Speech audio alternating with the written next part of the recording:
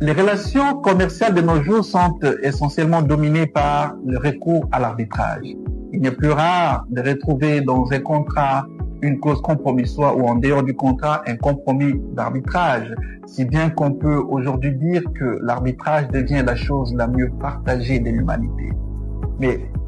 cet arbitrage qui devient banalisé revêt encore un caractère d'exception en République démocratique du Congo, ce qui nous a motivés de pouvoir mettre en place cet outil, cet ouvrage intitulé L'arbitrage en République démocratique du Congo à l'aune de l'OHADA, et ouvrage qui, en son sein, s'est donné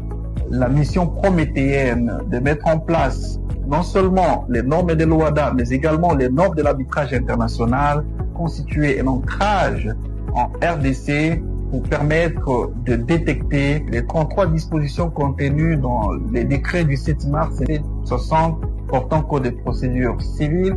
ainsi que d'autres dispositions des droits internes renvoyant à l'arbitrage. Que donc, cet ouvrage sera un guide qui permettra à quiconque voudrait recourir à l'arbitrage en République démocratique du Congo de connaître les normes abrogées et celles non abrogées. Cet opuscule contenant 7 chapitres permet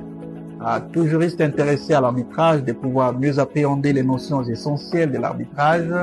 et à mieux mettre en pratique cette justice qui constitue une institution à part entière et non entièrement à part, dès lors que l'arbitrage, même en ayant une certaine autonomie, a toujours une interaction avec la justice étatique. Et donc, tout le monde est appelé